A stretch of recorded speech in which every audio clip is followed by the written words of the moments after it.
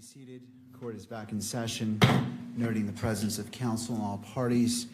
And where we left off is the court took a recess to review the video. And I appreciate the patience of the parties as well as everyone in attendance when it comes to constitutional matters and balancing constitutional rights and transparency. This court will take the necessary time to make sure it's given the weight it deserves, and it is deserving of every moment that has been spent. Mr. Novak, turning to you. And perhaps before you begin, let me go ahead and make a record of what I noted that is at issue. And after I put this on the record, certainly if either side wishes to be heard about the court's understanding, I welcome your comments. Exhibit 24 was displayed on the monitor visible to the media camera. Exhibit 16 was displayed on all monitors and appeared on the live stream for approximately 3.5 seconds. The camera operator redirected the camera before any party called attention to the display of Exhibit 16. Approximately 16 seconds later, the court observed the image and stated, "Let me stop you, Mr. McBride. I'm not sure. Is this being broadcast?" Mr. McBride responded, "Let's take that down." The full text of Exhibit 16 had previously been made public through a search warrant that was publicly available on or before April 2026. The portion displayed on the monitors did not contain the full note and consisted of approximately 78 words. Approximately 15 of those words were included in the information filed on September 16, 2026. In addition, the full note was read into the record during the preliminary hearing. The court previously ordered that Exhibit 16 be admitted into evidence and permitted its display within the courtroom, but prohibited its publication through the camera used for the live stream. And that concludes the findings of the court as it relates to this issue. Do the parties wish to be heard before we go into what you're requesting about the record on what occurred? Your Honor, your recitation is accurate. My earlier comments were based on my memory of reviewing this last night. In the recess, I reviewed the feed again, and what you have said today is accurate. Thank you. Mr. Novak, any? No, Your Honor, I don't take issue with the court's factual summary. All right. Turning to you, Mr. Novak. Thank you, Your Honor. We're going to renew our request to exclude all electronic media coverage from all future proceedings. That was our motion docketed at number 305, and that included video cameras, still photography, and audio. This is the second time that the court's orders concerning the scope of electronic media coverage have been violated. I'm a baseball fan, and I just don't think the court needs to wait for the third strike. 2 strikes is enough. If I may, the alternative remedy, which we think is not wholly adequate, which is why we think it's an alternative and a less desirable alternative, is for this court to both reverse its prior order authorizing electronic media coverage of today's hearing, which we had previously filed an objection to after the court, I would say, preliminarily granted the requests for today. That was sort of the chain of events. And that the court proactively preclude electronic media coverage at the last day of the preliminary hearing, which will be September 1st. Now, I understand that there has not yet been a request for electronic media coverage for September 1st, but there is no doubt that there will be, just as this court previously observed that it wasn't prepared to preclude electronic media coverage at the preliminary hearing because there had not been any requests. There were requests, and those that were timely were all granted.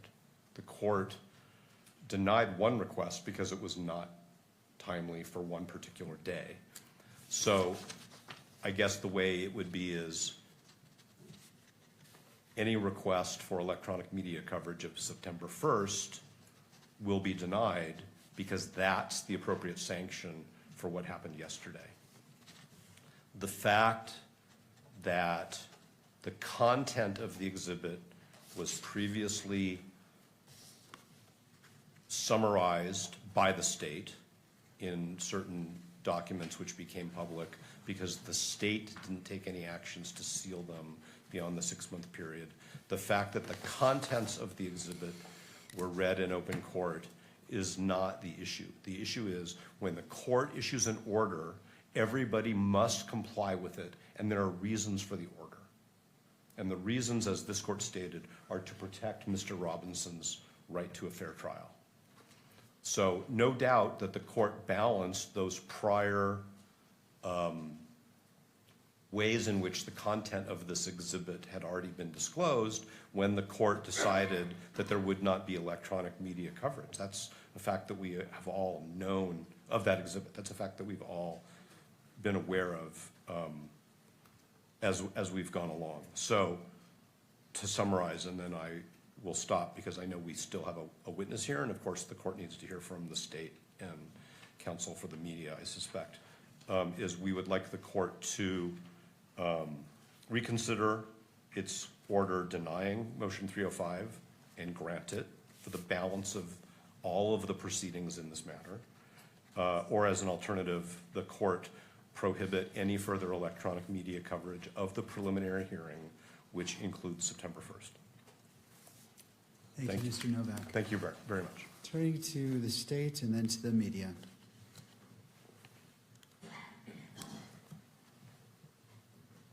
Yes, Your Honor, as to the remedy, we've heard of instances where the media has been able to delay publication of the recordings of the proceedings.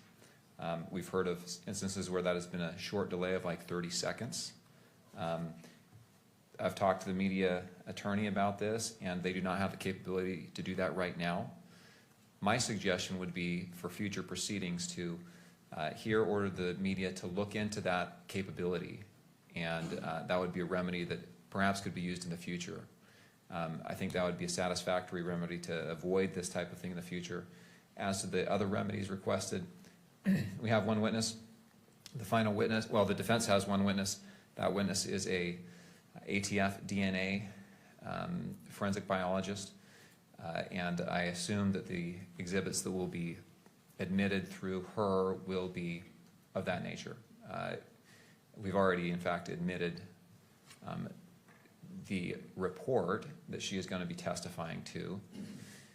The reports, I should say, that's exhibits 30 and I believe 34. And so I don't think we have, and those have already been published, I don't think we have the same risks or, yeah, I'll just say risks with her testimony as we do with some of this other evidence that has already been admitted.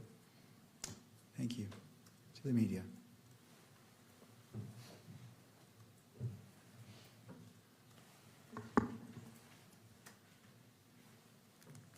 In a proceeding like this, the parties in the court and the media are working together to learn and to refine their processes.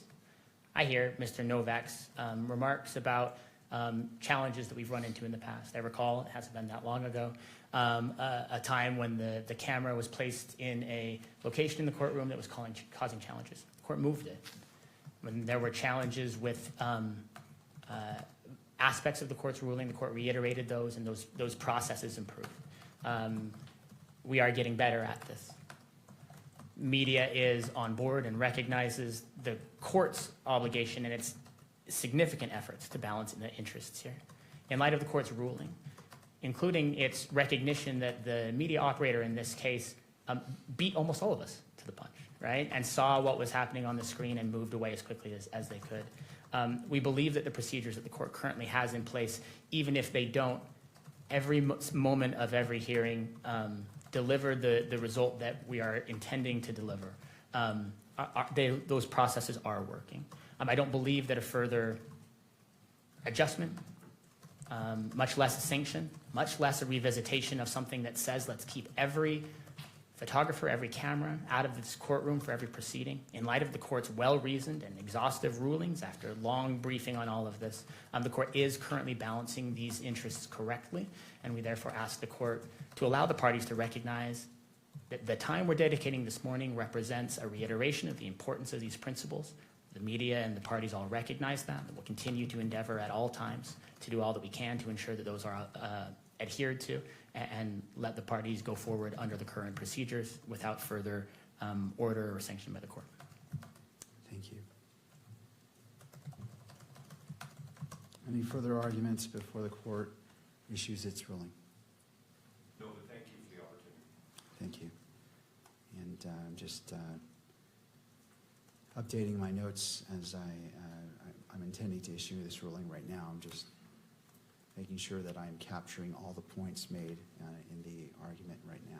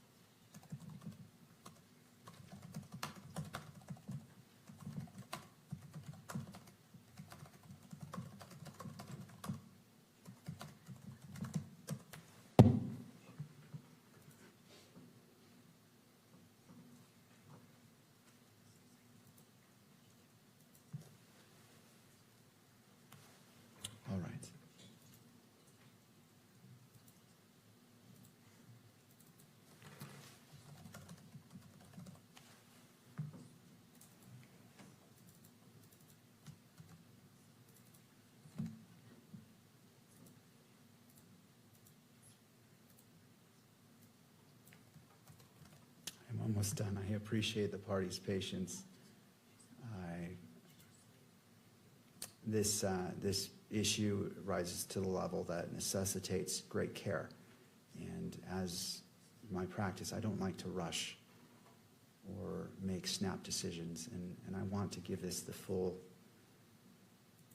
analysis that it's due.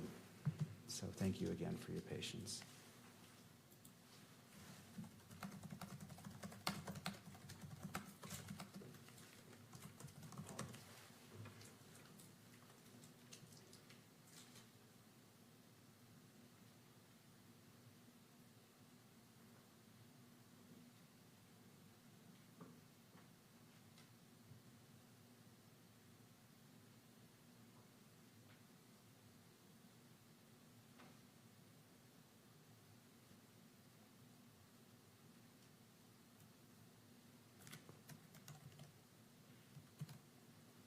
All right. Court will issue its ruling on the request by defense. The constitutional rights of Mr. Robinson and Ms. Kirk are paramount. Although transparency in judicial proceedings is a fundamental interest, it must be balanced against the constitutional rights of all parties. Having considered the arguments presented by counsel and having reviewed the events that occurred yesterday, the court finds that its order prohibiting the publication or broadcast of Exhibit 16 by the media camera was violated. The court agrees with the defense that this constituted a violation of the court's order. Compliance with court orders is essential in all proceedings and is of particular importance given the nature of these proceedings. With respect to defense's request as a sanction that the court reverse its ruling on defense motion 305, motion to exclude cameras, the request is respectfully denied. The analysis underlying the court's prior ruling remains unchanged, and the court adheres to its reasoning and conclusions. With respects to the defense's alternative request as a sanction to prohibit all cameras and electronic equipment from today's proceedings, thereby preventing the electronic capture of the proceedings for those inside and outside of the courtroom, the request is granted in part and denied in part.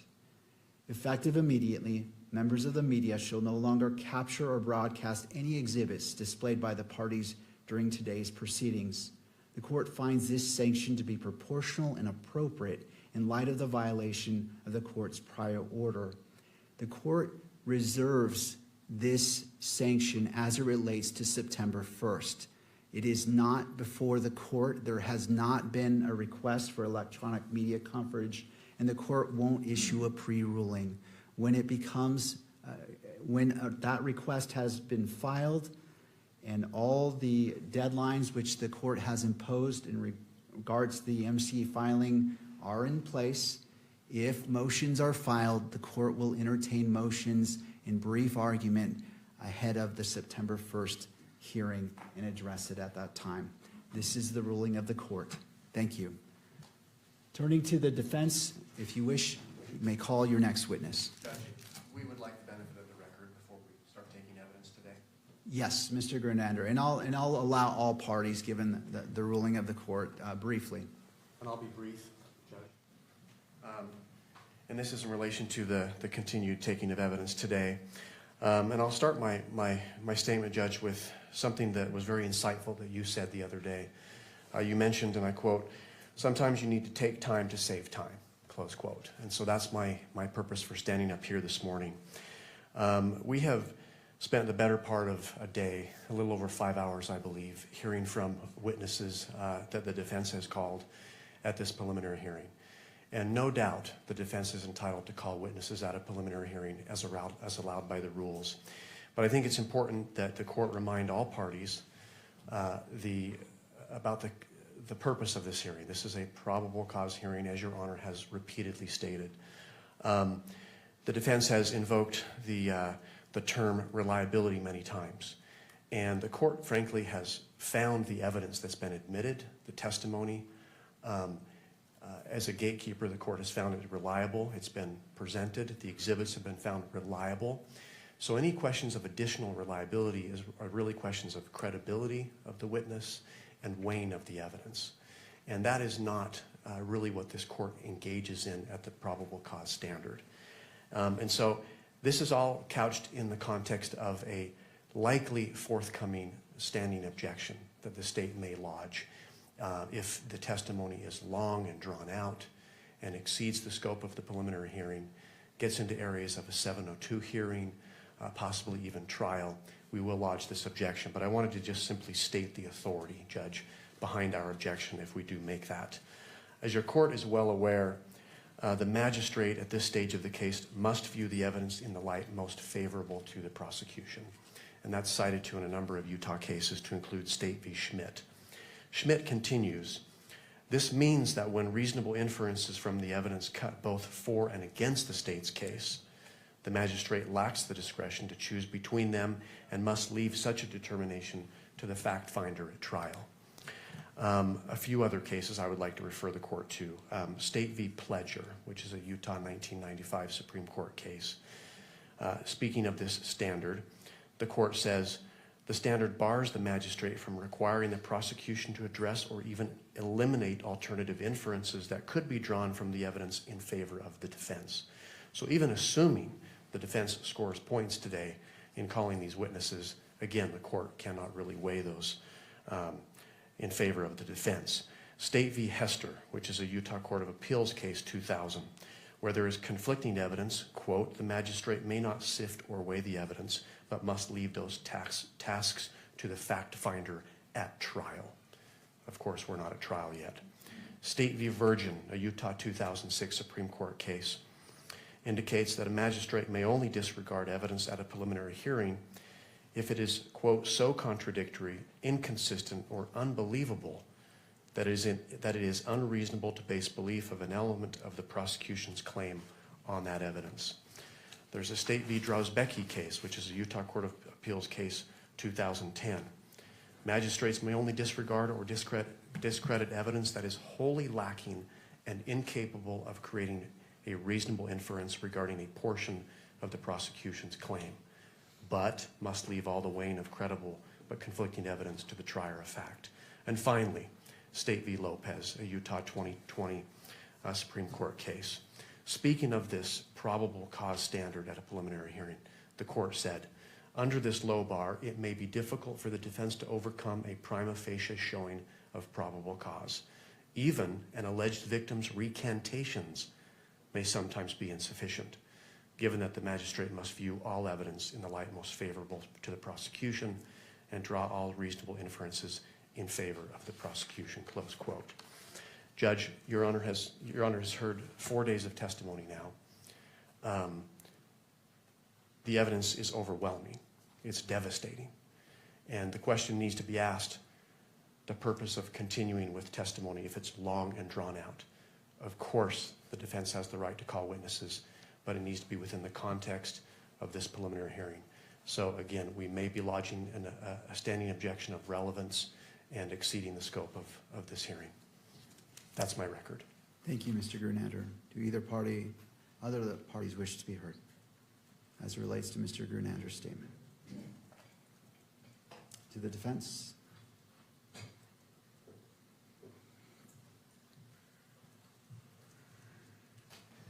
I'm not sure what was being requested by Mr. Grunlander. As I indicated to the court during the testimony of the last witness, we had discussion with the state prior to the start. We had a scheduled date for the court to rule on objections. And the purpose of that hearing was so that we wouldn't have to fly witnesses out from the East Coast if there was going to be a standing objection. Prior to that hearing taking place, the state contacted us after they had participated in interviews of Ms. Oliver and the other experts, and indicated to us, and we indicated to the court, that there was going to be no standing objection to the testimony of these witnesses. So if he's lodging a standing objection now, I think he's waived it, or he should be stopped from asserting it given the circumstances.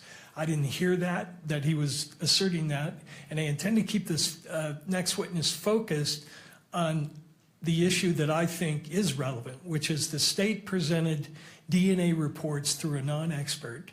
They selectively read into the record a portion of those reports which left an extremely misleading impression of the significance of that evidence. So I have the author of the report here, and I'm going to hopefully educate the court on what the limitations are of the report, and that's it. I hope to be done with the witness by noon, direct and cross, and that will be the end of it. All right, thank you, Mr. Burt. And before I have you call the witness, just want to make sure that the media had well, I'm not sure if the media needs to be heard on Mr. Grunander's response. No, Your Honor. All right, thank you. All right, Mr. Burt, you may call your next witness. Thank you. Call Miss Oliver.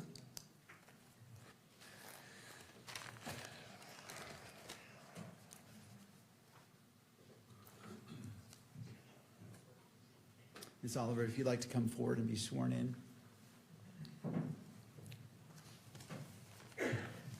You do solemnly swear that the testimony you shall give in the case now pending before the court will be the truth, the whole truth, and nothing but the truth, so help you God. All right, ma'am, you may be seated.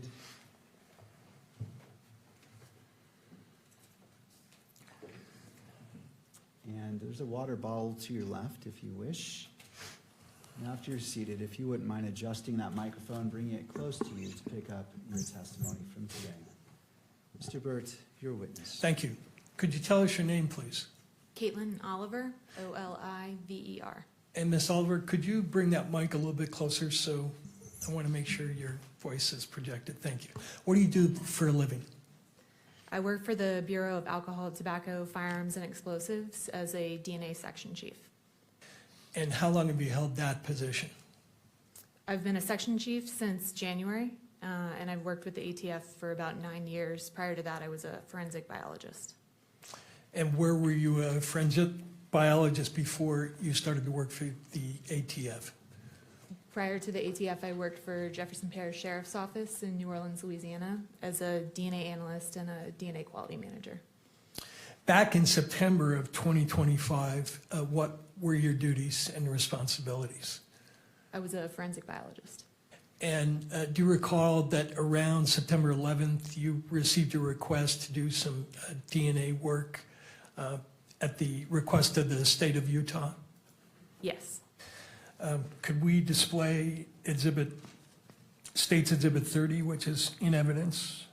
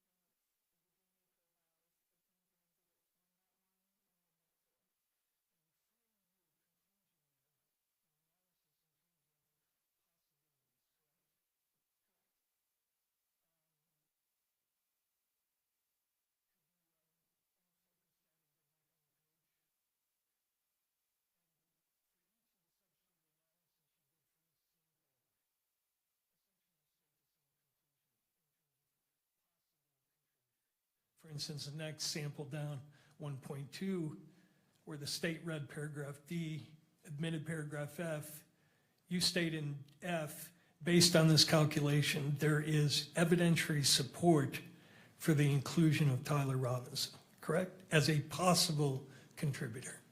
Correct. Mr. Burt, I just want to interrupt. Sure. I was made aware of a question about the media as it reflects this order. So the question was whether audio could be transmitted, and my ruling covered the video display of any exhibits. And so I just want to make sure that's the understanding of all the parties, that the audio of your portion discussing evidence is that you understand that that's going to be captured by the camera and displayed, but not any exhibits displayed. Is that your understanding? That is my understanding of the court's ruling, yes. And to the state Yes. and to the media?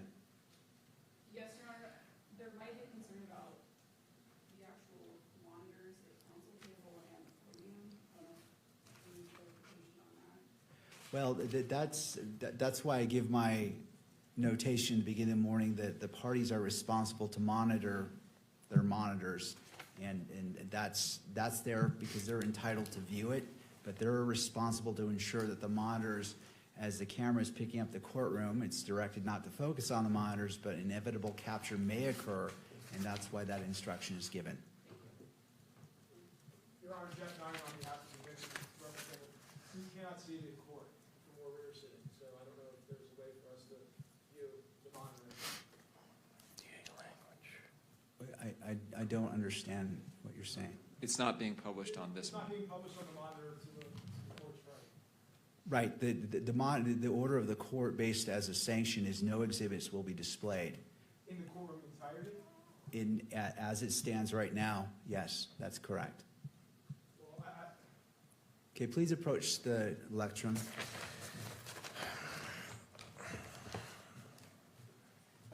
Your Honor, it's just hard for the victim's family to be able to follow the evidence if everyone but the victim's family is able to view the exhibits here in court.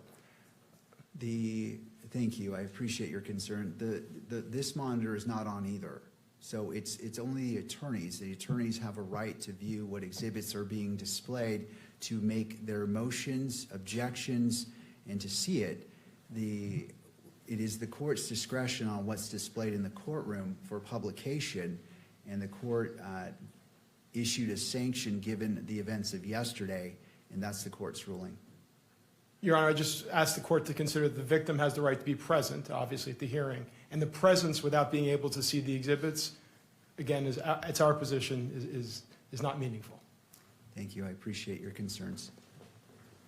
Mr. Burke.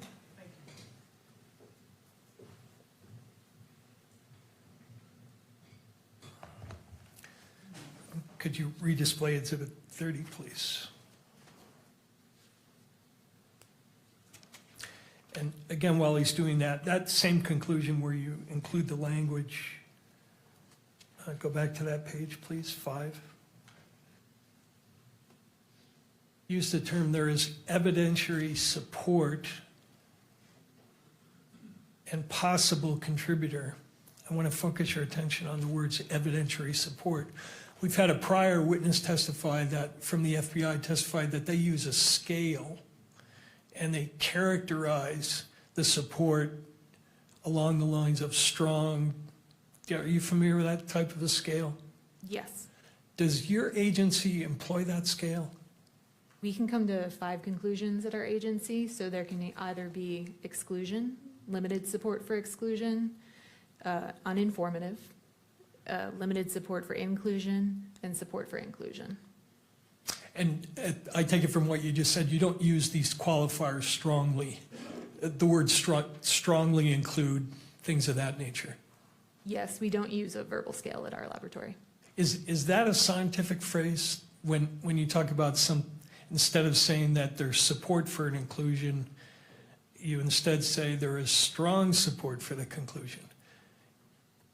So our laboratory doesn't use a verbal scale due to the fact that they add subjective words to the front of this word support.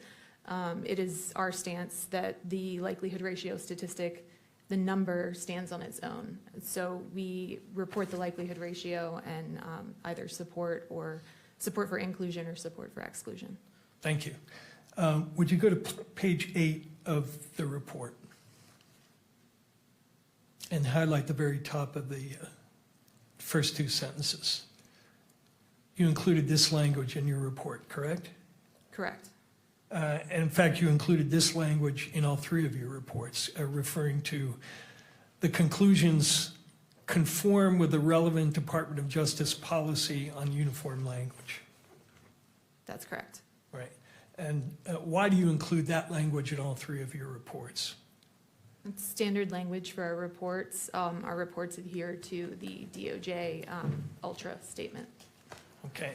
And could you go now to Exhibit Oliver 4 for the witness only? Not admitted yet. Are you familiar with this document, the Department of Justice Uniform Language for Testimony and Reports for Forensic Autosomal DNA Examination using probabilistic genotyping systems? Yes, I am. Right. And would you go to page 4 of that document, please?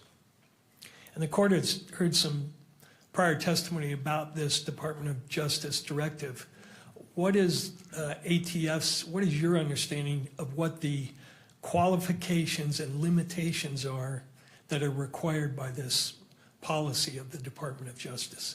What are you not supposed to be saying in connection with the reports that you wrote in this case? There's a few things that the Ultra document states.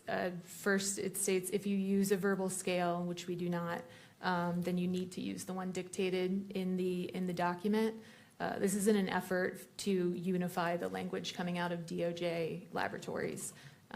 It also says that we cannot state that our evidence is infallible, nor can we state that there is a inconclusive result.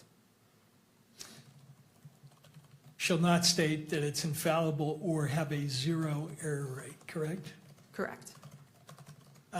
It also states, does it not, that you shall not assert that a likelihood ratio of any magnitude provides an absolute identification or source attribution of an individual to an evidentiary sample. Correct. And are your reports in conformity with that? You're not stating or implying that anything you did here is asserting an absolute identification of someone as the source of any of the evidence that you examined, correct? Correct. With forensic evidence, it's impossible to state with 100% certainty anything. That's why we report a likelihood ratio, to speak to that uncertainty with a statistic. All right, and would you go to the next page of that document? This policy requires that you not state or use the expressions reasonable degree of scientific certainty, reasonable scientific certainty, or similar assertions of reasonable certainty. You didn't do that in any of your reports, correct? Correct. You're not asserting anything with respect to any reasonable degree of scientific certainty, Correct. correct? Now, when, you can take that down. When did you first receive the assignment in this case? I would have to refer to my case record to know the exact date. Do you have those in front of you? I do not. Okay, let me pull up Oliver 3 for the witness only.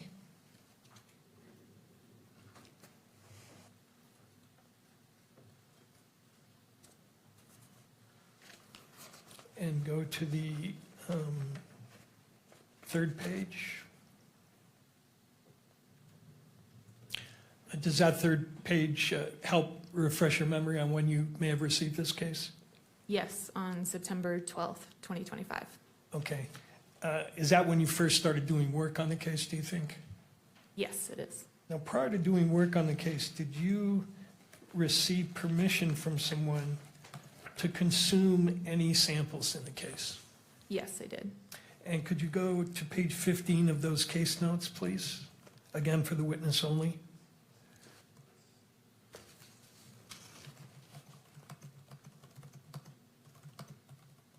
Do you recognize this email? Yes, I do. And can you tell me what the email is and what information it conveyed to you in connection with your examination? Yeah, so it's standard procedure at our laboratory that when we receive a case, we request permission to consume from the agent. We request that they reach out to an attorney if one is assigned. In this case, we will not begin any work on the case until we've received that permission to consume.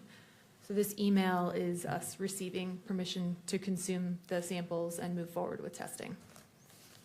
Now, does your lab have a policy for preserving samples for independent testing by the defense? Where possible, we will not consume samples where it's possible. And that policy is a longstanding one, not only in your lab, but pretty much everywhere in forensic DNA analysis, right? That's correct.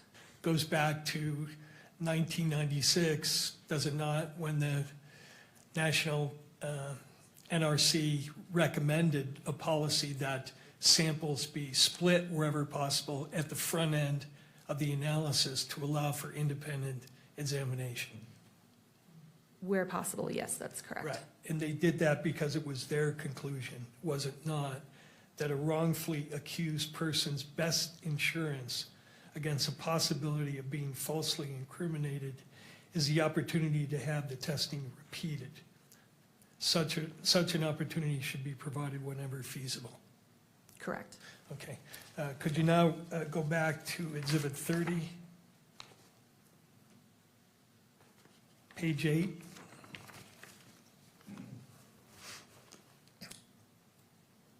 Were certain DNA samples consumed in your analysis?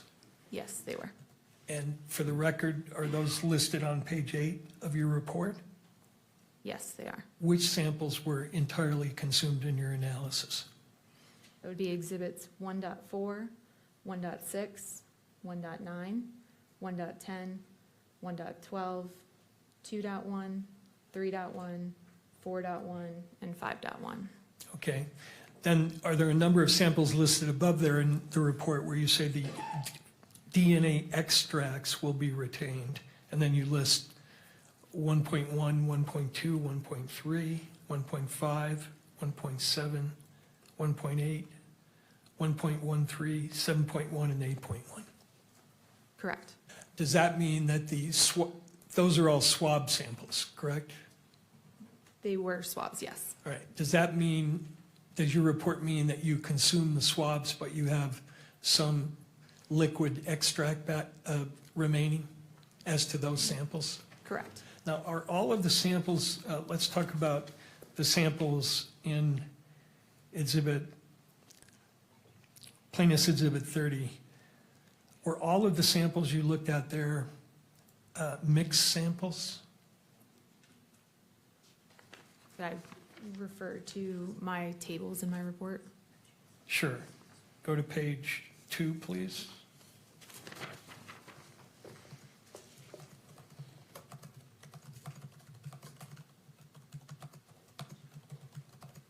And can we go to page 3 and 4? 3 and 4, please.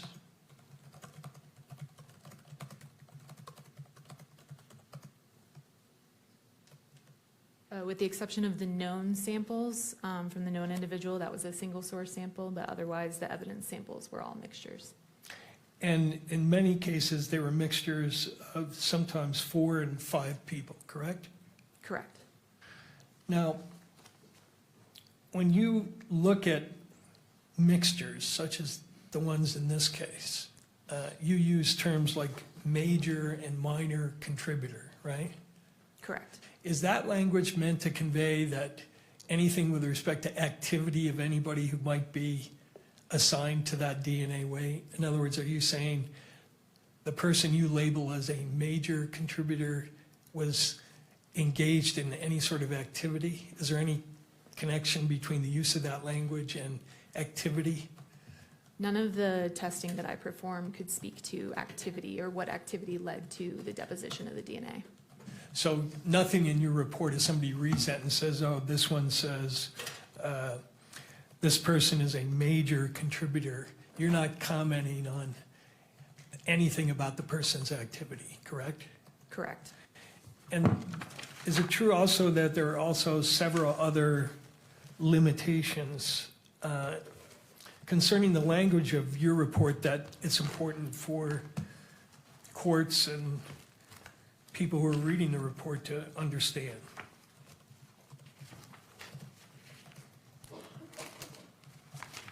I'm sorry, what was the question? Are there other limitations, in addition to the one we just reviewed, that it's important to understand about the language you use in your report? In terms, is there something specific that you're? Yeah, there is. Could you go to Baker Exhibit 30, page 1, for the witness only?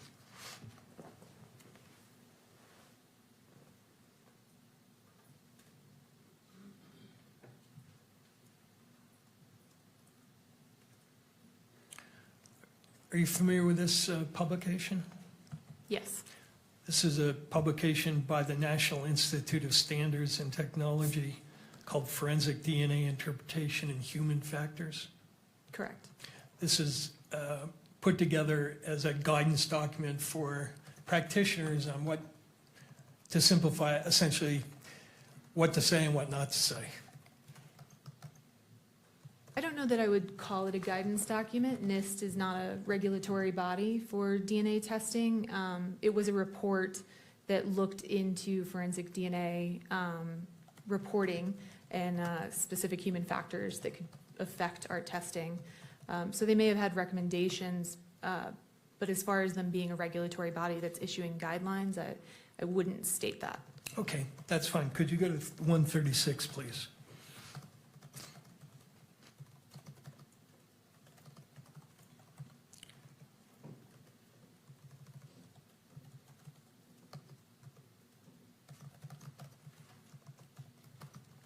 $136.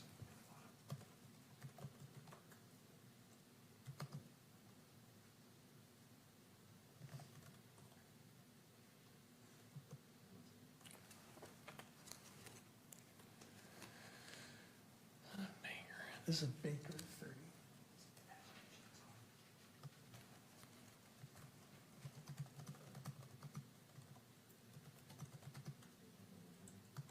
Keep going.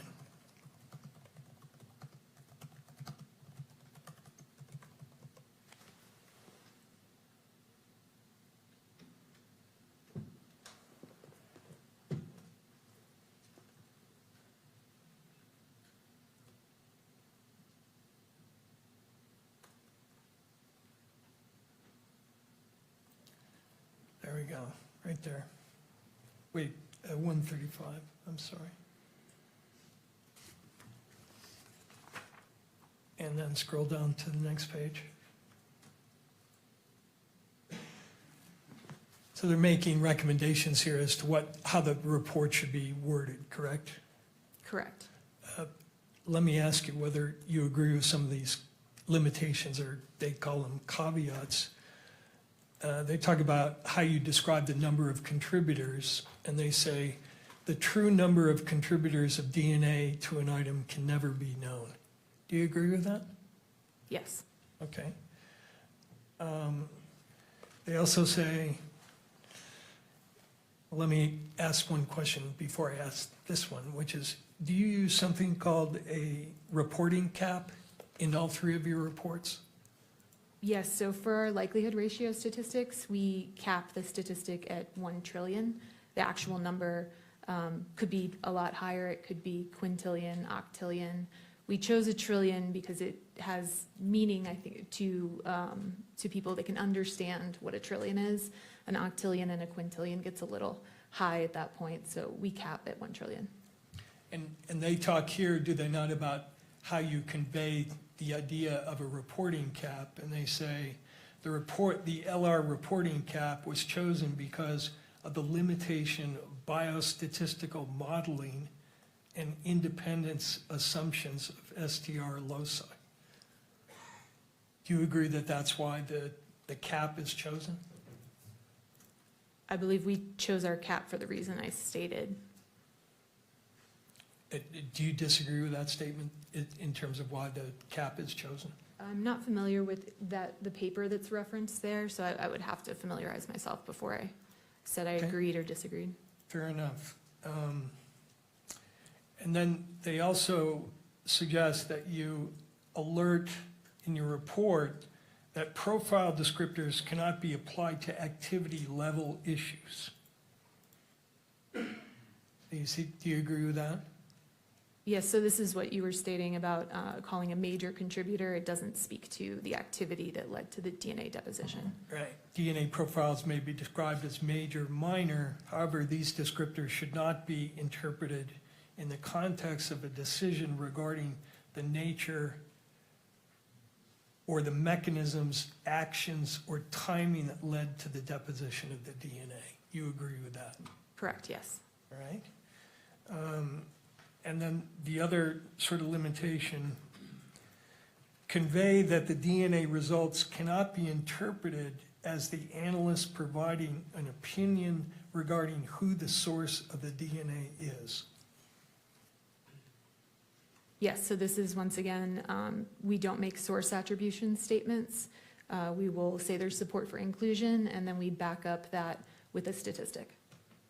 So from a scientific standpoint, you couldn't read the paragraph that sets out the likelihood ratio in your report, whatever the number, and then blast a headline in the media, Mr. Robinson's DNA is found on this item. That's a source attribution, is it not?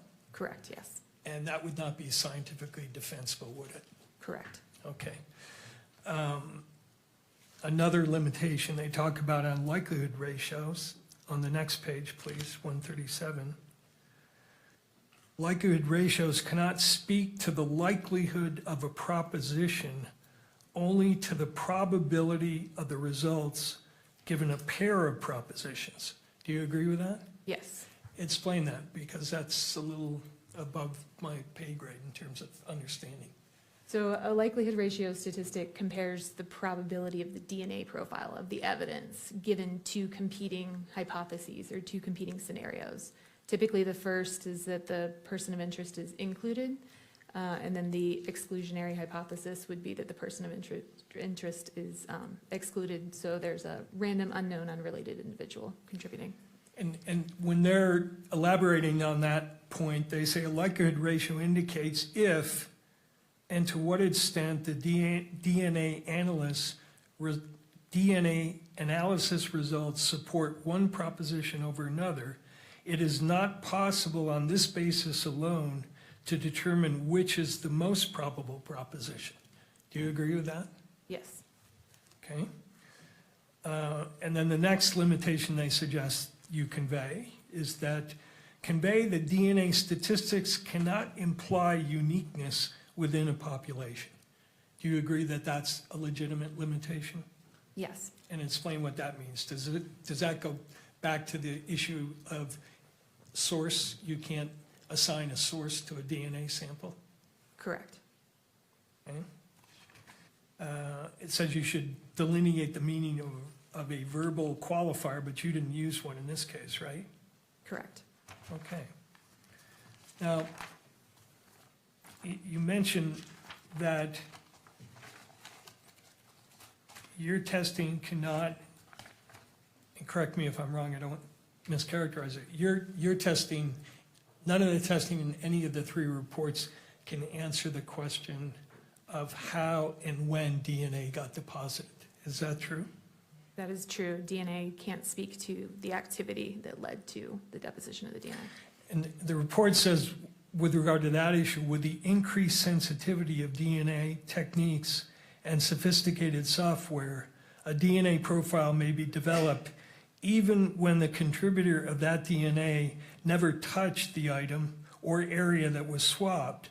Alternatively, a person's DNA may be present when they were not involved in the crime. Do you agree with that?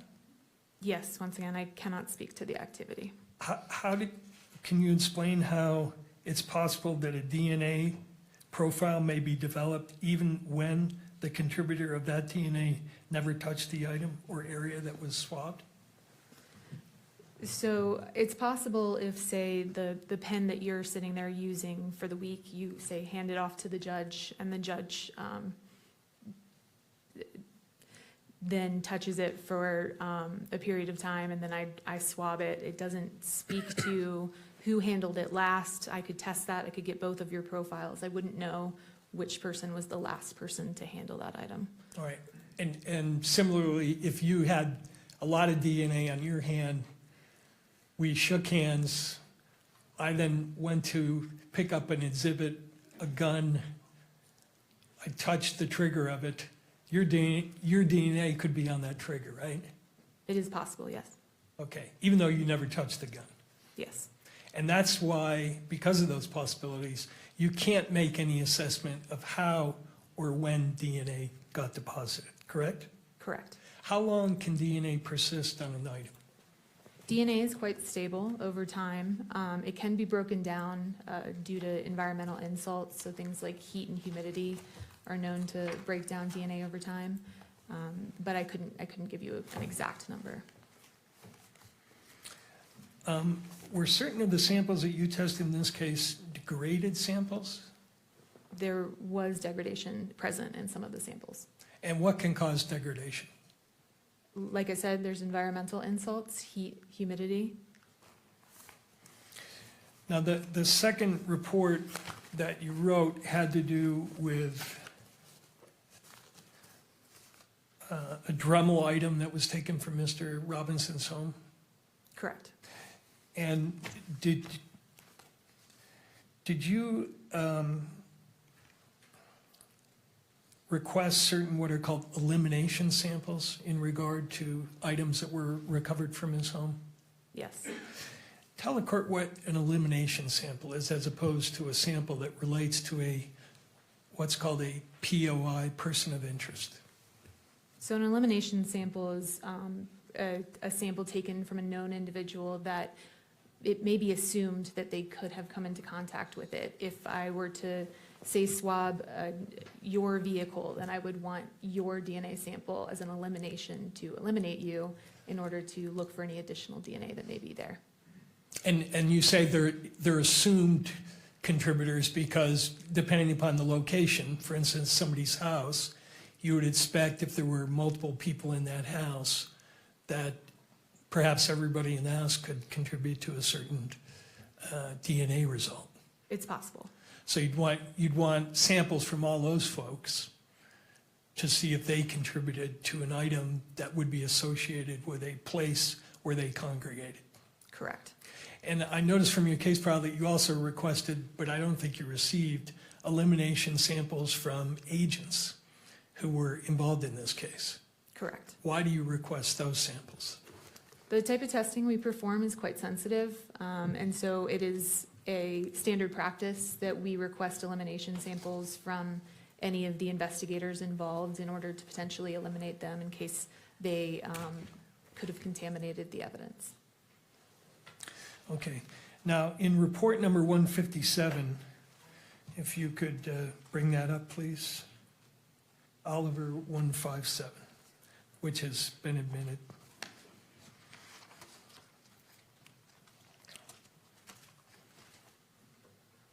The elimination samples that you requested in connection with items seized from Mr. Robinson's apartment were from Amber Robinson, Matthew Robinson, and Lance Twiggs, correct? Correct. And that's because you had information that those people were associated with the house. Correct. And when you tested or compared, first of all, you determined their DNA types, right? Correct.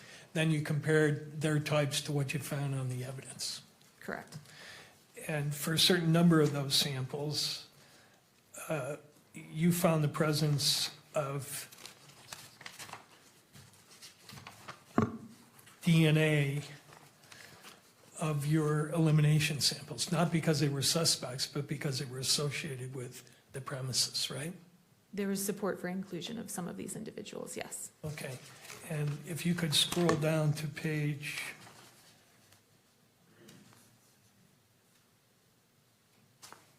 4, which is the table, I just want to review briefly with you. For instance, item number 1.4, which was a swab from the rifle.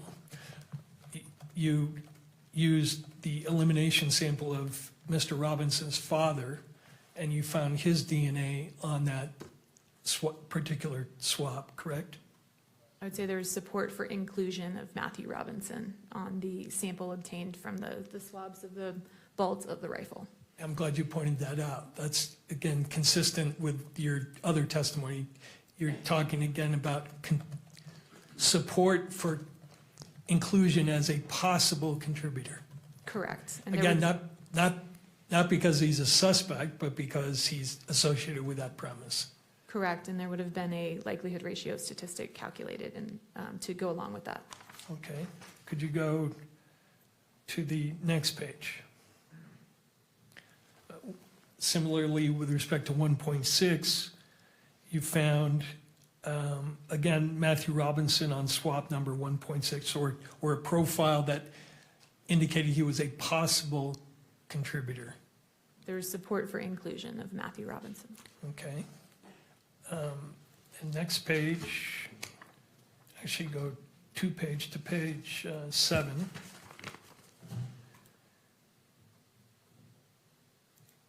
You found support for inclusion of Lance Twiggs on swabs of buttons of a Dremel tool, correct?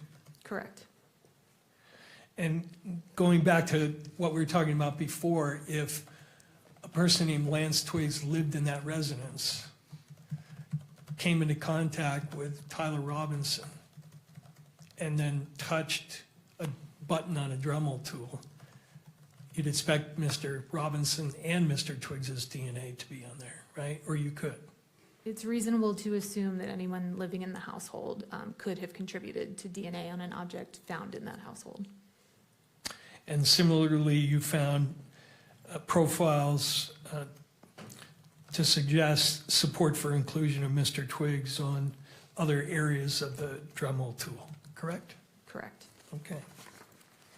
Now, the last area I want to ask you about is, you're familiar with something called NGS? Yes. What is NGS? NGS stands for Next Generation Sequencing. It's a DNA technique that sequences your DNA, so it looks at the individual sequence of your DNA. And is it true that in your field, that whole area of NGS is something that's at the forefront of everybody's attention? For instance, when you go to seminars and you look at the presentations, there's a lot of talk about NGS, right? That's correct. Yes, it's a newer technique. And is it being developed by ATF as a technique that's going to be used or has been used? Not at this time, no. And is there plans to do that? Not at this time, no. Okay. Do you know if other labs have implemented it? I believe there may be some laboratories in the United States that have it in use, but I wouldn't have direct knowledge of that. Now, you used a program in this case called STR Mix, correct? Correct. And that's sold by a company in New Zealand, that software? Correct. Have they developed another program called STR Mix NGS? I'm not aware of NGS software. Could you go to 156, Oliver 156?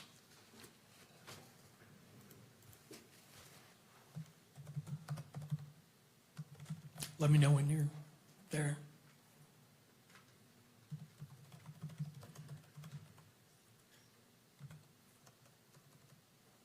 Are you aware that STR, the developers are selling a product called STR Mix NGS?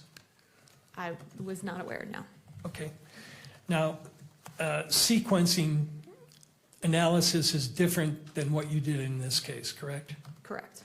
And how so? As I said, sequencing is looking at the individual sequence, the individual bases that make up your DNA, as opposed to the testing that I'm performing, which is looking at length variations. So STR testing, which is the testing I perform, looks at areas of the DNA that are known to be highly variable between individuals. And the there are areas where the DNA sequence repeats itself over and over again. And depending on who you are as an individual, you may have a different number of repeats present at that location. So the testing we're performing is looking at those length variations. There's a distinction between, say, if you have 10 repeats versus 12 repeats. But you're not looking within those lengths to see what the sequence of the DNA is. Correct, And that's what this new technology is designed to look at. correct. And the reason it's designed to look at that is because it's been found that there are DNA areas that are different in sequence, even though they're the same length. Is that true? I think the reason for developing NGS software is to add another tool to a forensic biologist tool belt. Okay. Now, could you go to 154, please, for the witness only? You're familiar with this chart? Yes, Okay, this lists all the alleles that you found for all the testing in your 3 analysis, correct? no, it looks like, No, you were right, 154.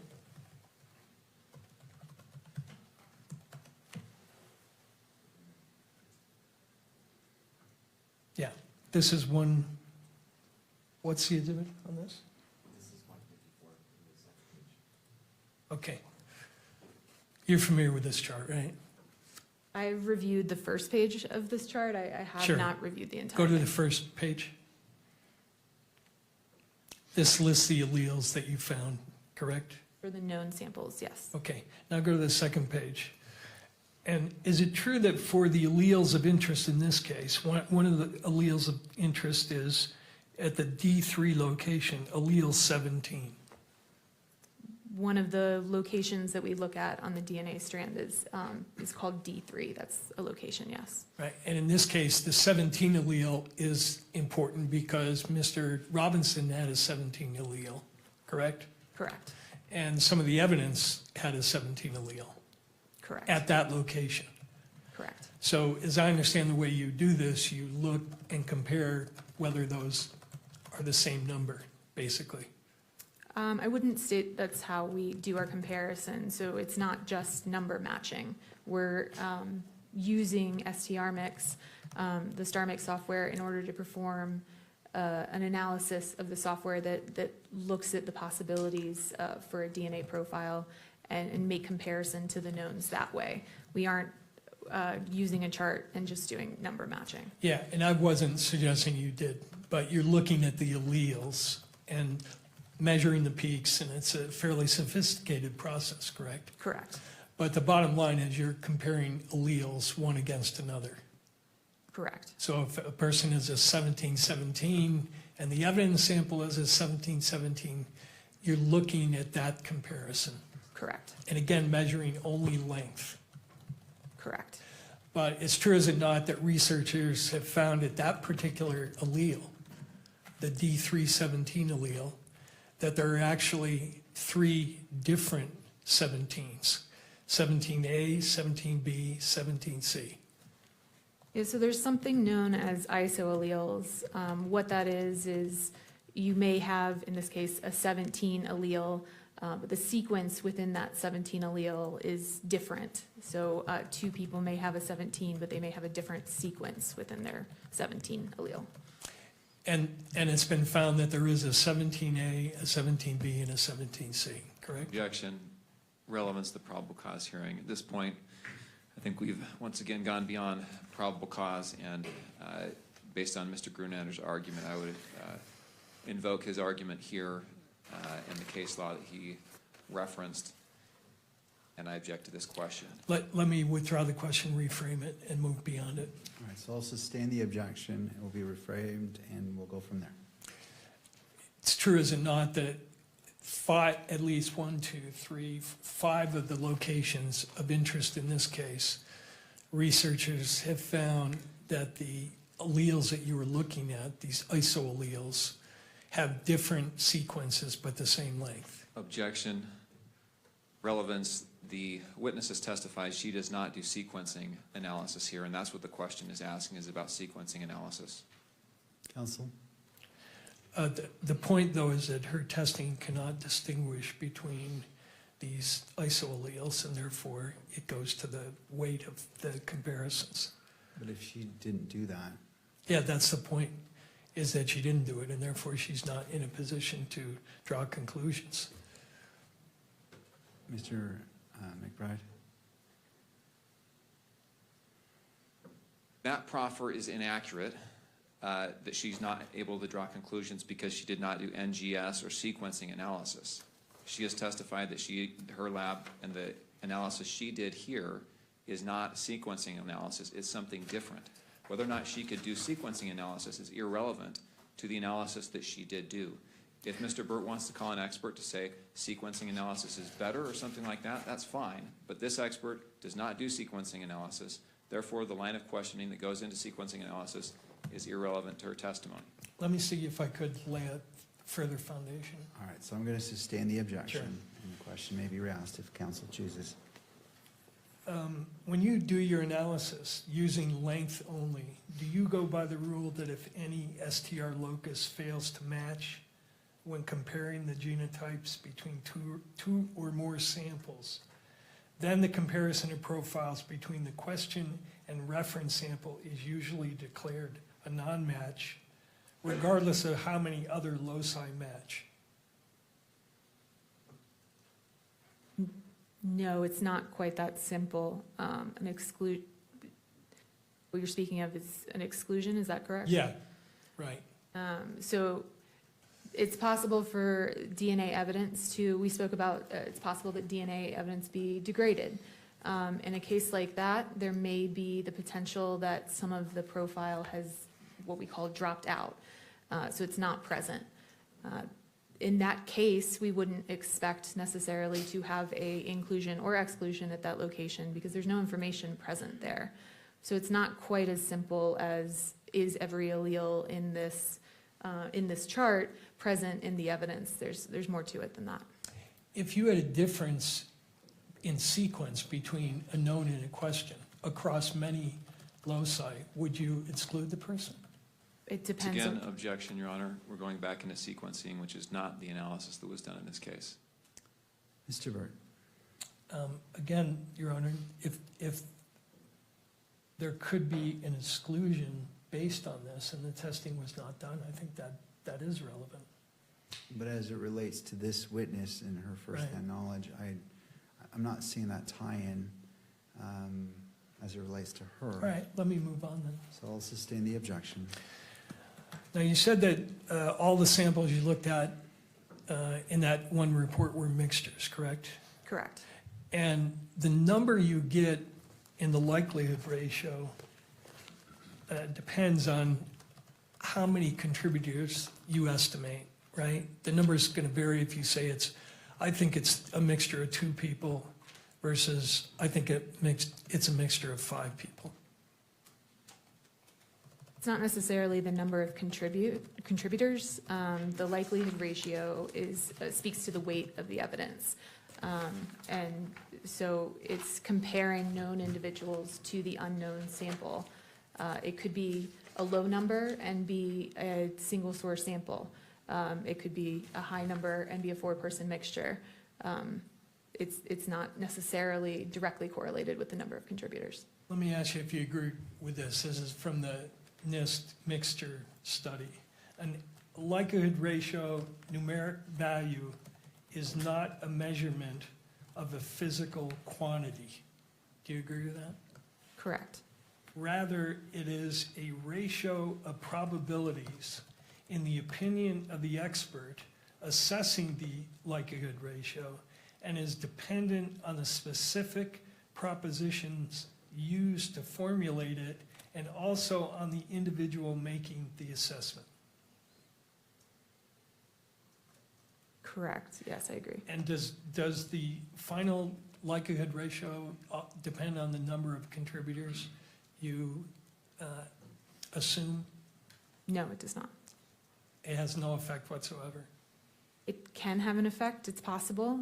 It's possible multiple other factors could contribute to the likelihood ratio. Is it somehow difficult to figure out how many contributors there are in a sample?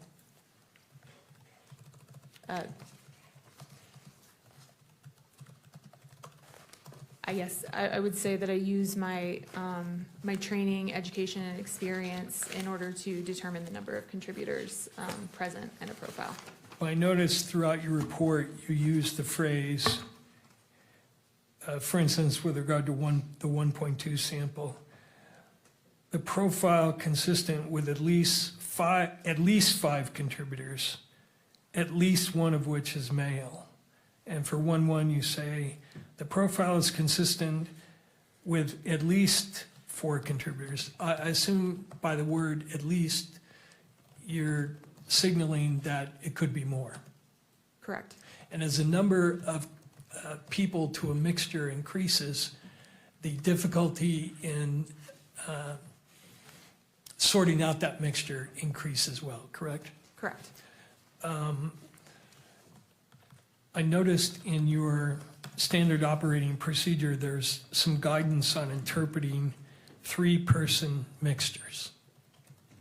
Familiar with that, right? Yes. And it says, and correct me if I'm wrong, approximately 70% of 4-person mixtures present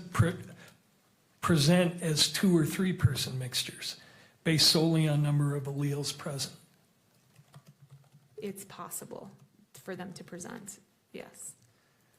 Well, it doesn't say it's possible. It says, for example, approximately, in all cases, assuming a mixture is a result of the combination of 3 people must be done with caution. For example, approximately 70% of 4-person mixtures present as 2 or 3-person mixtures, based solely on number of alleles present. You said you're referencing my SOP? Yes, Is it possible for me to take a look at it? sure. Your Honor, I'm going to object at this point. The point that defense counsel is getting at is made in the last answer, which is that the difficulty of sorting out mixtures increases as the number of contributors increases.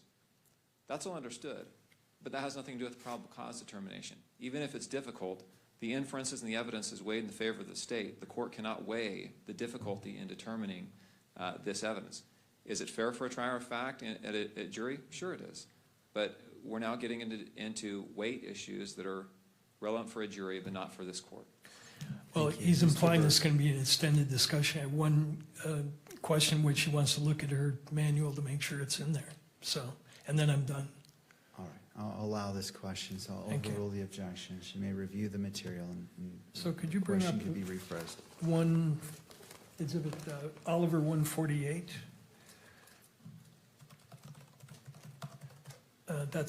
This is your SOP document, correct? Correct. And then go to page 83.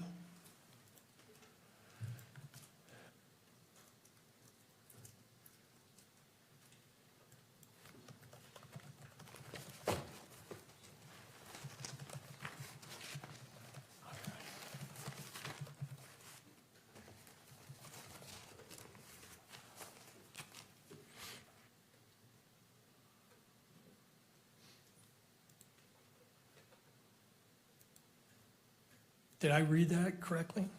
Yes, And so it's true, is it not, that approximately 70% of 4-person mixtures present as 2 or 3-person mixtures?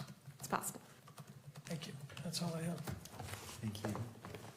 We've been going for a bit, and depending on how much cross, I'm trying to decide if a break is warranted or if, Mr. McBride, you wish your cross is limited. Again, not trying to say which way you should go, I'm just trying to weigh whether we should take a break. I will probably be, I will probably be 20 minutes. All right, let's just keep going, and then at that point, we can take a break. Thank you, Mr. McBride.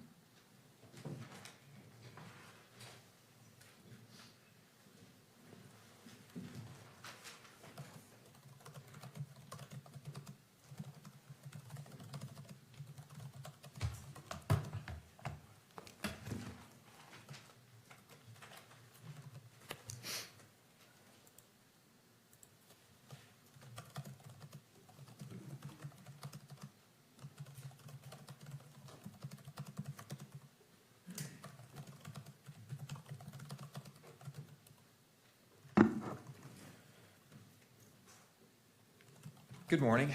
Morning. Is your lab accredited? Yes, it is. What does that mean?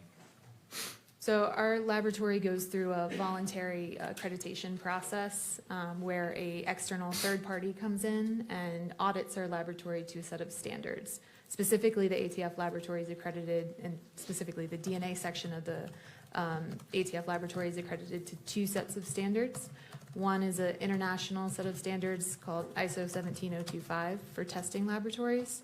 And additionally, a DNA-specific set of standards put forth by the FBI. Does the accreditation require that the methodologies you use be validated? Yes, The methodologies used in this case have been accepted by courts across the country, correct? correct. Does the accreditation require that forensic biologists like yourself satisfy certain qualification standards? Yes, we're required to perform competency testing prior to participating in casework. And additionally, we participate in twice a year proficiency testing. And do you satisfy the competency and qualification standards required by accreditation? Yes, And at the time you did the testing in this case, did you satisfy those standards? yes. Moving to your opinions, where on the firearm did you find evidentiary support for the inclusion of Tyler Robinson?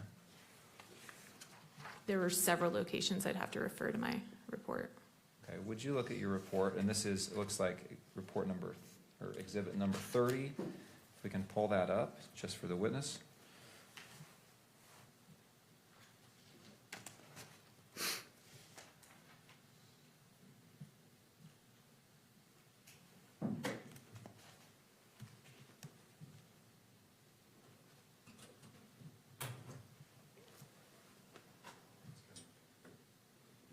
Thank you, Kimberly.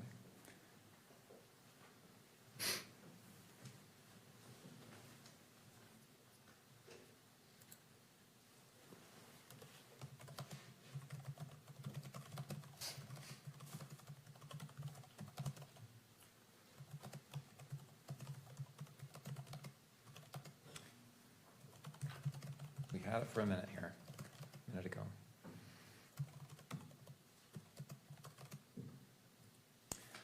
Okay, if we could go to page number 2, please.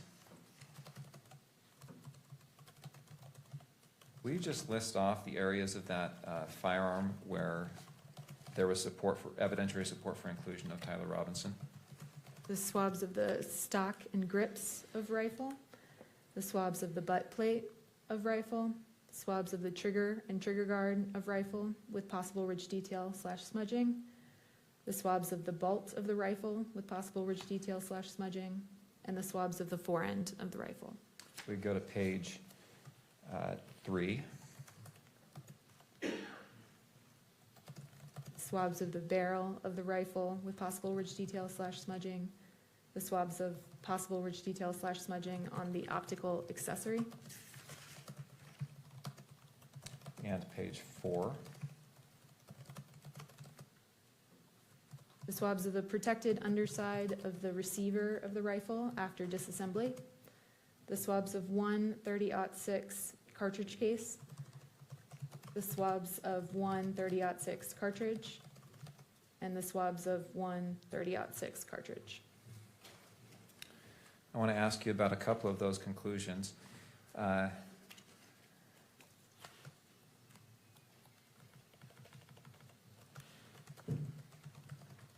Let's look at page 5, please.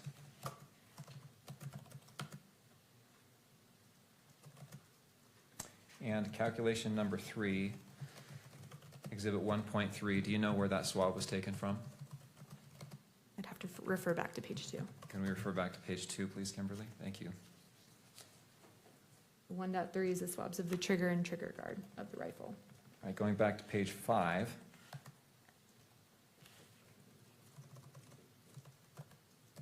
And we've had some talk, some testimony from you and some questions for you about the likelihood ratios. What was your conclusion as to the likelihood ratio that you analyzed in this question, in calculation number 3? For this exhibit, the DNA profile was at least 1 trillion times more likely if it originated from Tyler Robinson as the major component and 3 unknown unrelated individuals than if it originated from 4 unrelated individuals. You say at least 1 trillion times more likely. So it could be a much higher number than 1 trillion. Is that accurate? It's possible. But the protocols in your laboratory say you cap that at the number 1 trillion. Is that right? Correct. We would not report a number higher than 1 trillion. And it looks like you also did a probability statistic as well in paragraph E. Is that right?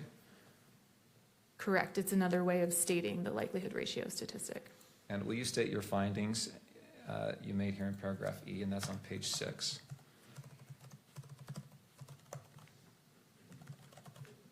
The probability of an unrelated individual in the population who has not contributed DNA to the sample yielding this level of support is less than 1 in a trillion.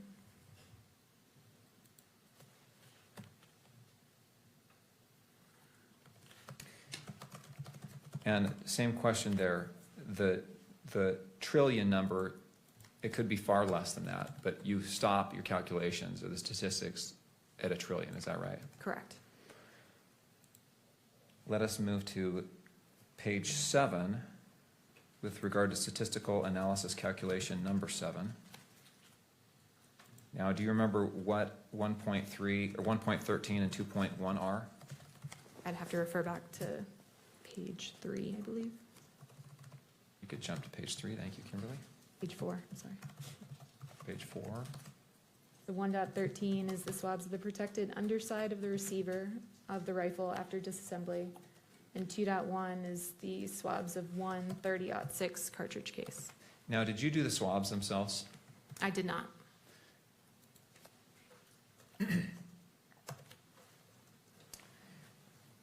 And 2.1 is a cartridge case, is that right? Correct. And what's the difference between a cartridge case and a cartridge? The cartridge is unfired, cartridge case has been fired. Right. Let's jump back to page 7. And what was your conclusion with regard to, well, first of all, why do you group these two together, exhibits 1.13 and 2.1 in your conclusions here? They were both mixtures of 2 individuals, and they both yielded a likelihood ratio of the same magnitude, so they can be grouped together. Okay. It's not that they were tested together? Correct. It's just that the results were of the same magnitude, so they were reported together. Is that right? Correct. All right. What was your conclusion as it relates to both of these as to the likelihood ratio? The DNA profiles are at least 1 trillion times more likely if they originated from Tyler Robinson as the major contributor and an unknown unrelated individual than if they originated from 2 unknown unrelated individuals. And did you make a conclusion here as well about the a probability statistic? Yes, so the probability of an unrelated individual in the population who has not contributed DNA to these samples yielding this level of support, so meaning yielding this likelihood ratio, is less than 1 in a trillion.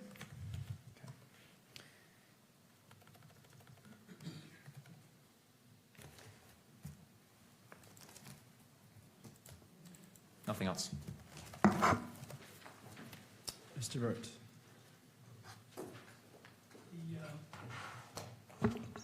The 1.3 sample is described as swabs of trigger and trigger guard, right? Correct. You didn't do the swabs, but am I correct that you have no way of knowing which part was from the trigger and which part was from the trigger guard? Correct, so they were swabbed together, so I wouldn't be able to say where the DNA came from. And that's one of the samples that was degraded, correct? There were signs of degradation present in that sample, yes. And you said with regard to that sample, that that was a sample consistent with at least 4 contributors, right? Correct.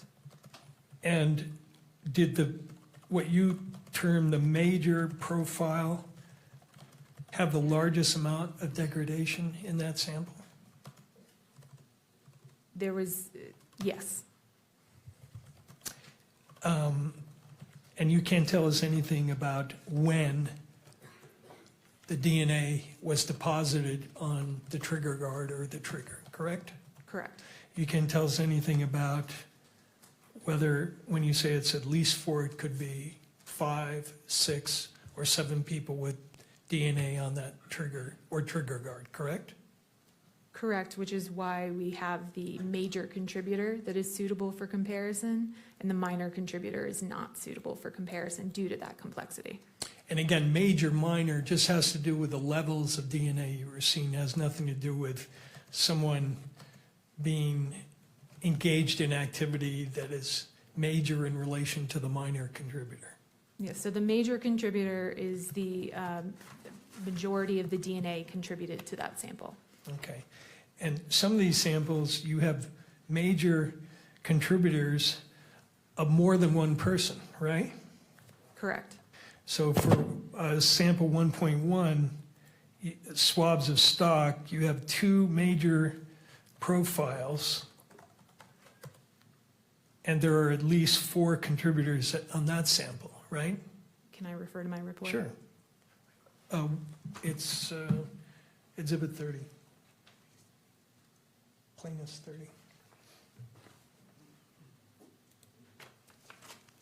Right?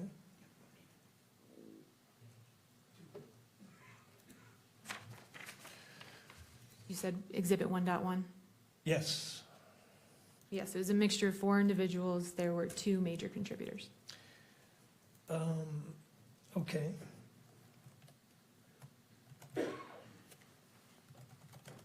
And again, with regard to all these samples, no way of knowing when or how the DNA got on those samples, correct? Correct. You referenced another statistic in your report, which is the statistic related to paragraph E, I guess. Correct. Is it what's called the random match probability statistic? Or is that something else? It itself is not a random match probability statistic. It is a way to represent the likelihood ratio similar to a random match probability. But it's still a likelihood ratio computation, right? Correct. It's based off the likelihood ratio computation. And it's still subject to all the limitations we've talked about. Correct. Can't attribute it to any person, can't state it's infallible, can't state there's a 0 error rate, and you can't state that it is a source connected with any one person, correct? Right. So part of not being able to state source attribution is the reason we report the likelihood ratio statistic. It speaks to the weight of the evidence. And so yes, we can't do a source attribution, and we report that statistic and address that uncertainty that way. And address the uncertainty along with the other limitations we talked about. Correct. Thank you, that's all I have. Thank you. Anything further for this witness?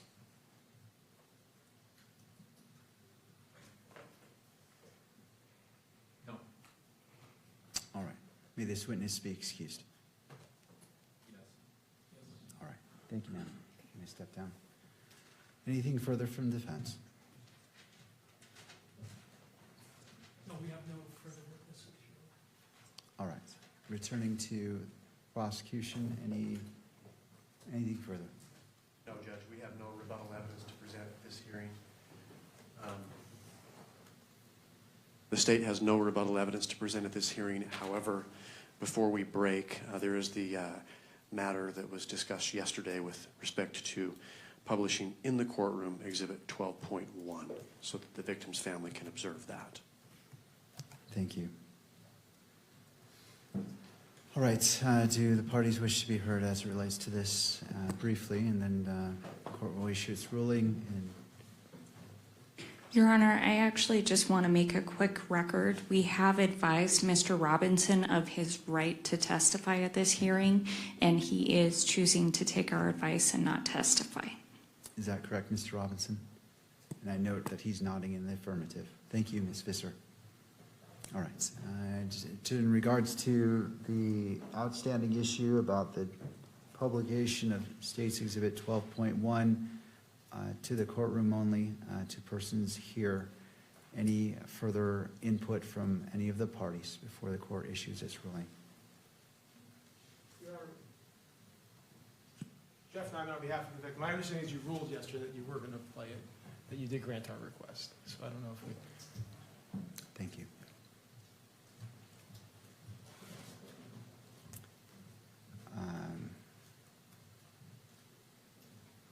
Judge, I might simply add, given the court's ruling this morning with respect to displaying exhibits, we may want to make a record with the live streaming folks here that it's not going to be published. Thank you. All right. Nothing further from any of the parties? Okay. I'm just updating some notes.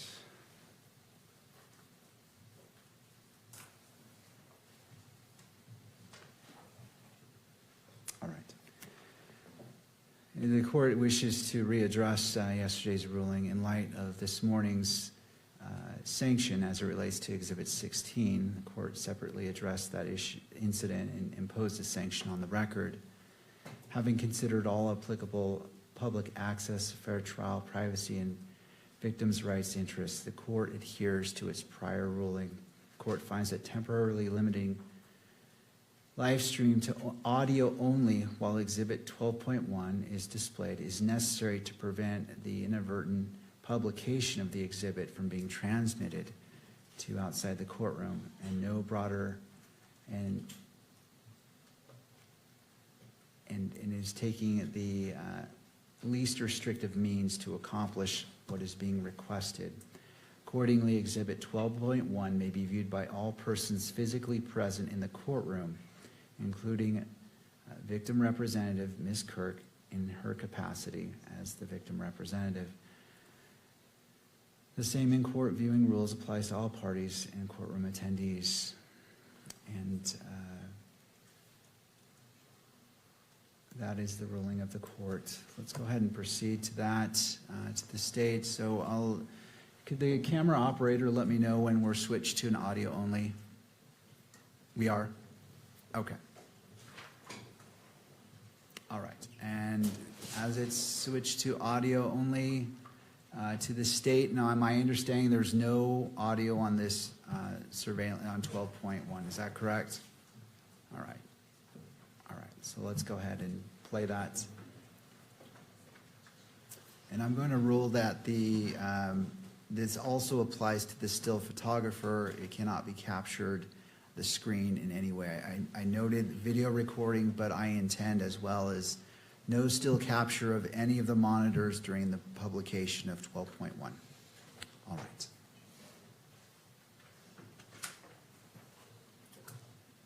And to the stage, just let me know if you're ready. Let's go ahead and play it now.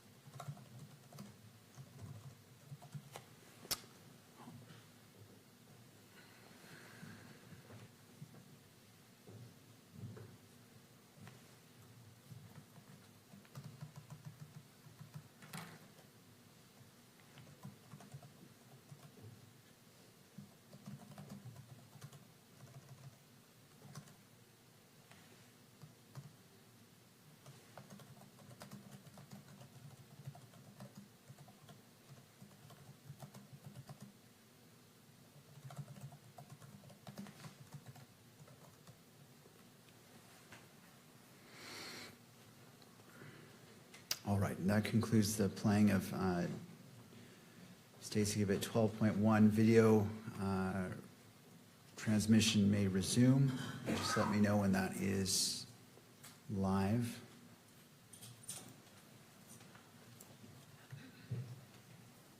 All right, thank you.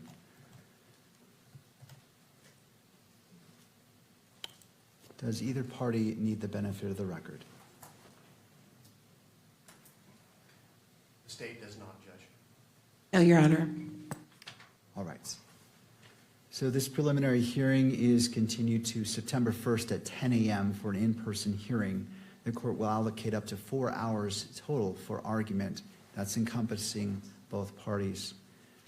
Does the defense request that Mr. Robinson be physically present for that hearing? Yes, Your Honor. All right, we'll make the recording. Thank you. The court appreciates the professionalism, civility, and respect shown by counsel, the parties, and all persons in attendance throughout these proceedings. As there are no further matters before the court, this proceeding is adjourned until September 1st at 10 a.m. Good afternoon to you all. All right.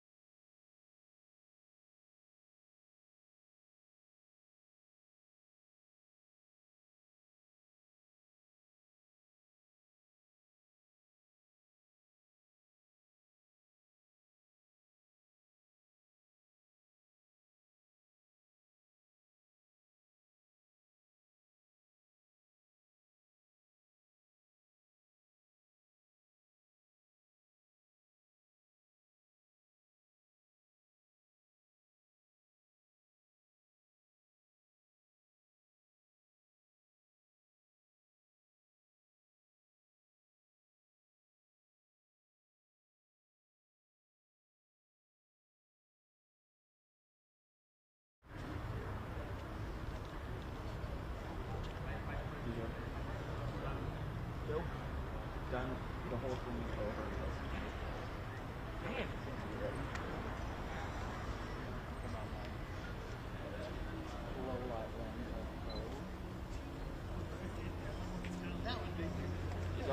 Can I get your autograph, please? God has sent an electronic monster. You can have my Venmo account. Yeah? You can have my Venmo. Drop the Venmo. Cash App. Drop the Venmo. You already know. You already know. You already know. We're hunting. Hunting season. You already know. You already know. Sorry. Your whole feet is drop the Venmo. So, This Pedro. is journalism. I guess we go home early tonight. Today. Where did homie from LA go? Where did he go? The September guy 1st. that looked like he was like Keep it back original here? LA. Probably. Photog. It's over. With like the Converse and the baggy shirt and like cool straps. You heard Benny Johnson's here? Yeah. They asked me for a suit. Oh, Charles. Hey, Charles. Charles.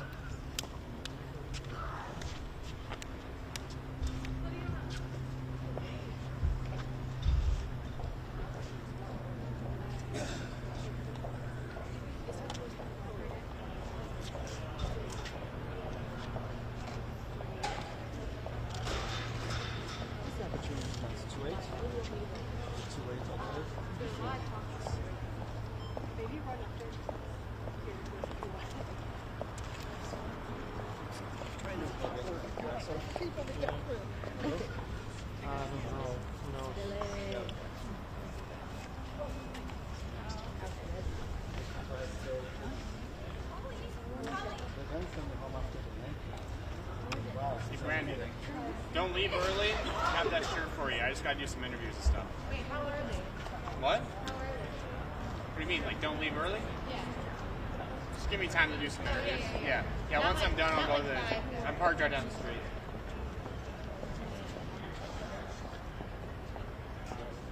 Are you trying to get Benny?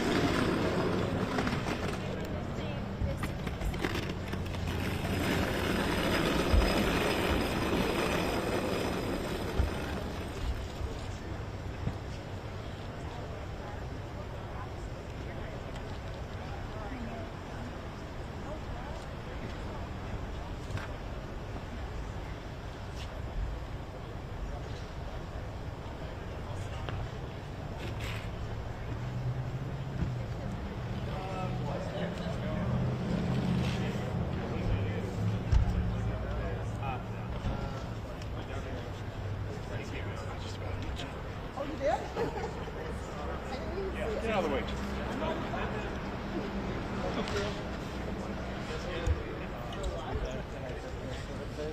Play a game of which stream is Charles on? So let's play a game of which stream is Charles on? I got all of them.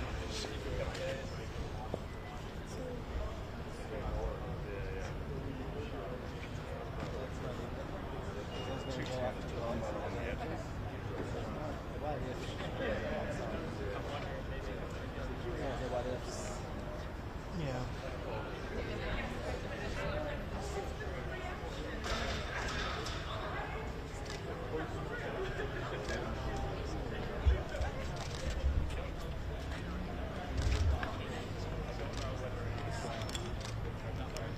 These are reporters.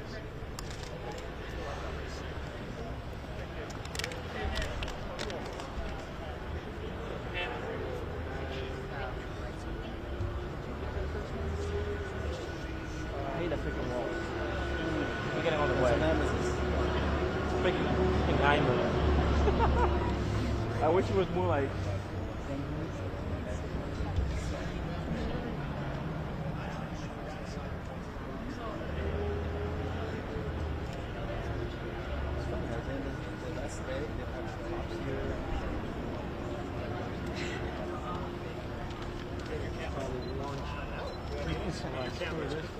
I got it.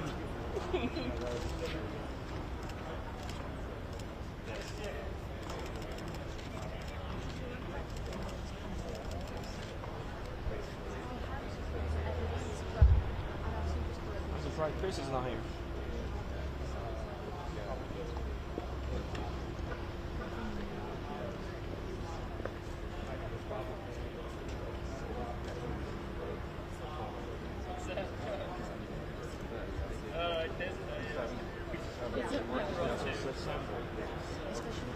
We'll be back here in September again.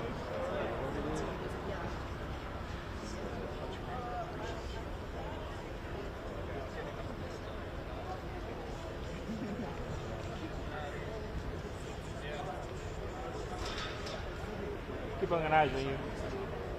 I bet back though.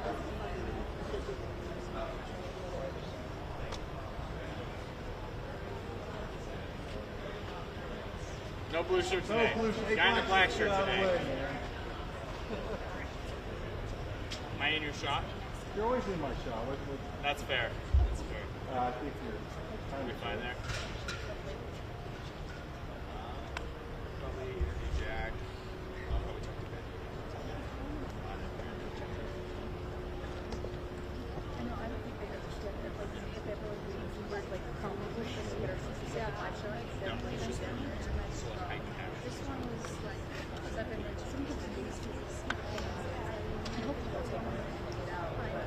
So you have to. Technically, there is.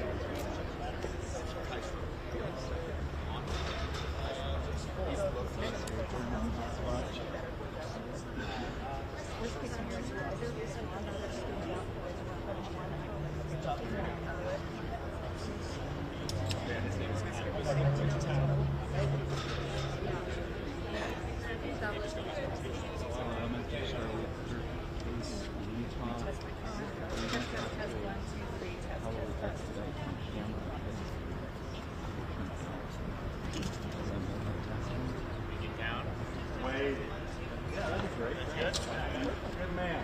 I don't care what they say about you. You're all right. You're still honest.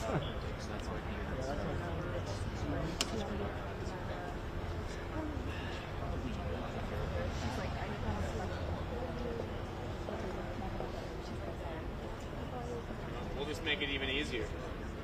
Yeah. It's wide open now. Maybe that's why.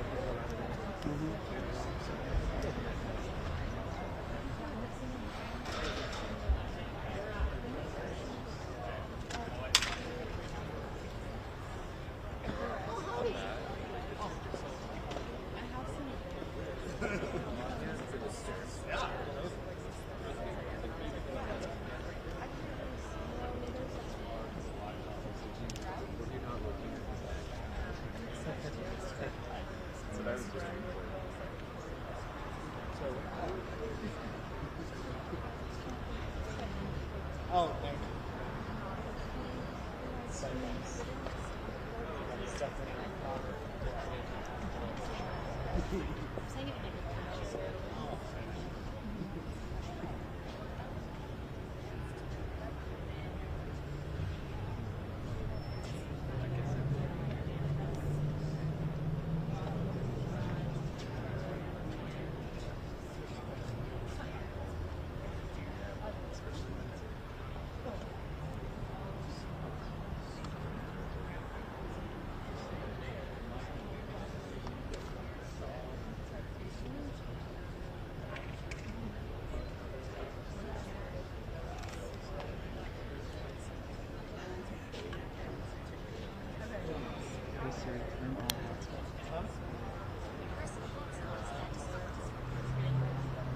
Everyone else, want to forward? Shake? Sure. To the belly.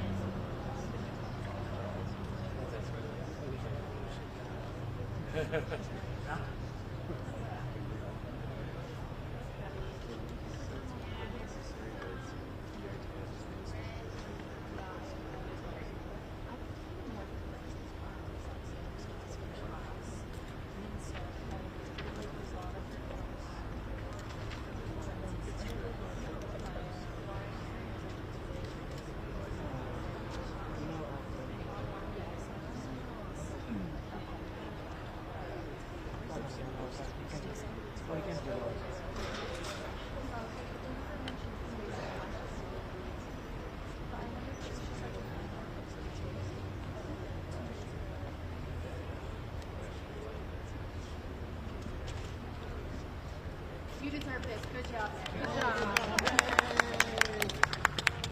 Well done.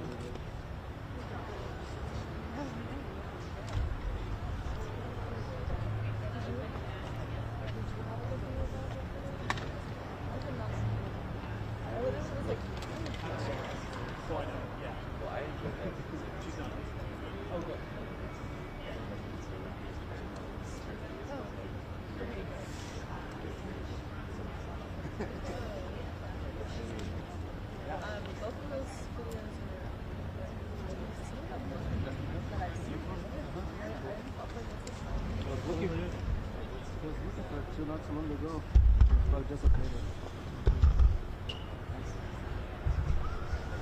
It's good to see it being used. You send it? When do you send it? Yeah, right after. She asked me to go. Yeah, just sent her straight away. As soon as I got the last ones. You understand three? Huh? No. What do you mean? How many photos you sent? Three? Or more? Close to 30. Not of them, but I have like about like 10 of them, 10, you know, like multiple shots of everyone.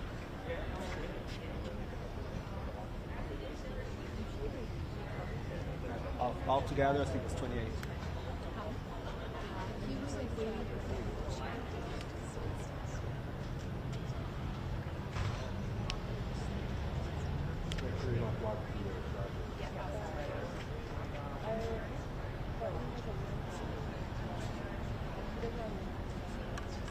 Robinson.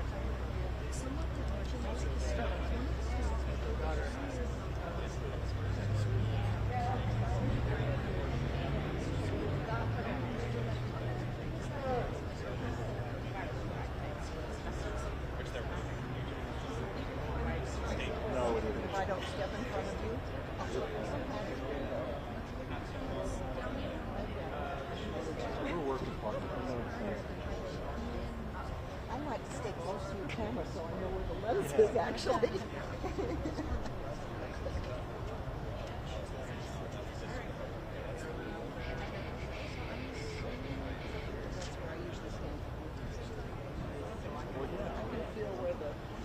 If you're moving, I know it. My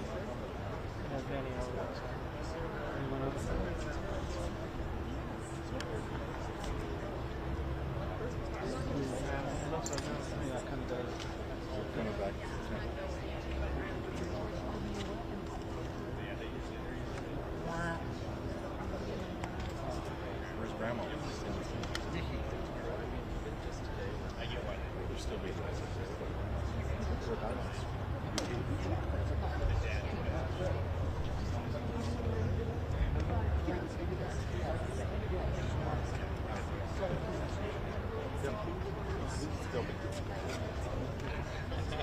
There was a black one here. Mr. Bob.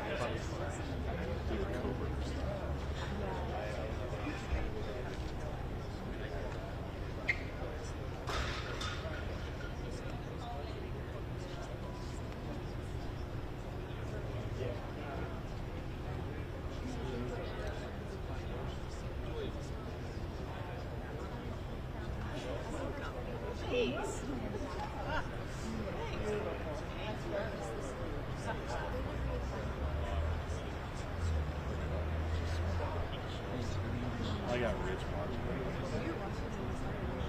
When you're standing,